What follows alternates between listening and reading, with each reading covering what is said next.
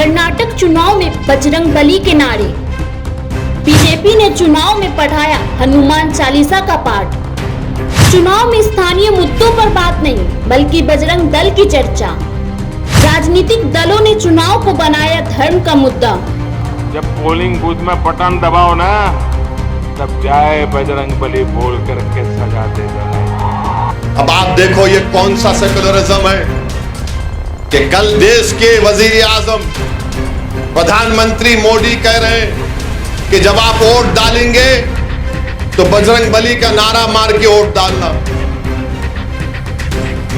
आप बोलो ये कौन सा सेकुलरिज्म है? कर्नाटक अभी पूरी तरह से चुनावी मोड़ में है, लेकिन कर्नाटक की सियासत का मुद्दा पूरे देश में सुलग रहा है।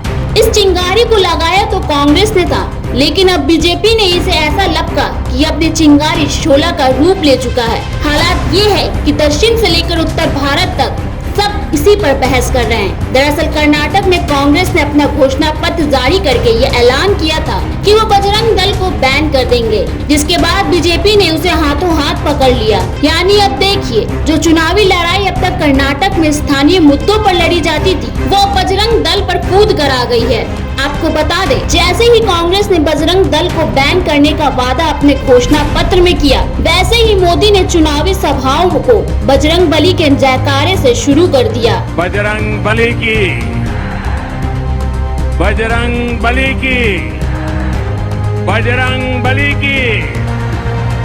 जिसका नतीजा ये रहा कि देखते ही देखते चुनाव पर सांप्रदायिकता का रंग चढ़ गया, जिसे लेकर बीजेपी ने कांग्रेस के विरोध में पूरे कर्नाटक में हनुमान चालीसा का पाठ किया।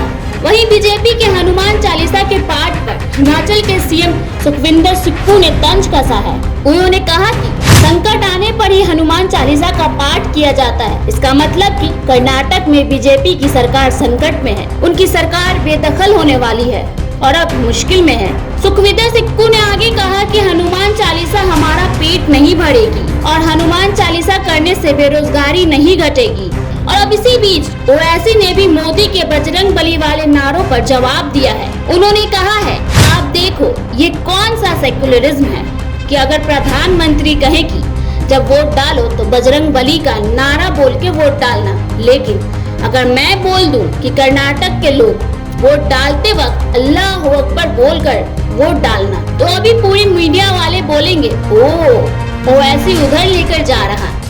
जब पोलिंग बूथ में बटन दबाओ ना, तब जाए बजरंग बली बोल करके सजा दे देना। अब आप देखो ये कौन सा सेकुलरिज्म है कि कल देश के वजीर आजम प्रधानमंत्री मोदी कह रहे हैं कि जब आप वोट डालेंगे तो बजरंग बली का नारा मार के वोट डालना। आप बोलो ये कौन सा सेकुलरिज्म है? अगर मैं आज खड़े होकर तकरीर में बोला पूरे कर्नाटका के गरीबों और मजलूमों, तुम 10 तारीख को वोट डालने जाएंगे तो पहले अल्लाह अकबर का नारा लगा के बटन दबाओ, तो ये पूरे मीडिया वाले बोलेंगे ओ ऐसी उधर लेके चले गया। तुम्हारे पापा बोले तो कुछ नहीं बोलेंगे, पापा बोले ना कल, मीडिया वाले गूंगे हो गए। नहीं उन्होंने बोल सकते, वो ऐसी नहीं बोल सकता। लेकिन बता दें कि 10 मई को कर्नाटक में विधानसभा का चुनाव होना है। ऐसे में तमाम दलों के नेता राज्य में लगातार रैलियां कर रहे हैं। इन रैलियों से विकास का मुद्दा बिल्कुल गायब है। पूरी की पूरी राजनीति अब धर्म की ओर मुड़ गई है। पीएम मोदी अपनी हर रैली में बजरंग बली के नाम का वोट मांग रहे हैं, लेकिन जनता अपना नेता किसे चुनेगी वो 13 मई को ही पता चलेगा। अब चुनाव का नतीजा आएगा। फिलहाल तो बस इतना ही कहा जा सकता है कि चुनाव का रुख स्थानीय मुद्दे से पूरी तरह से भटक गया है और अब केवल धर्म के नाम पर वोट लिया जा रहा। लेकिन ये बात हमारी जनता को सोचना चाहिए कि किसको वोट देना है, क्योंकि हमारा वोट हमारा विकास तय करेगा। फिलहाल इस खबर में इतना ही। आगे की तमाम अपडेट्स के लिए बने रहें कंटाप के साथ। Bureau report Kantap.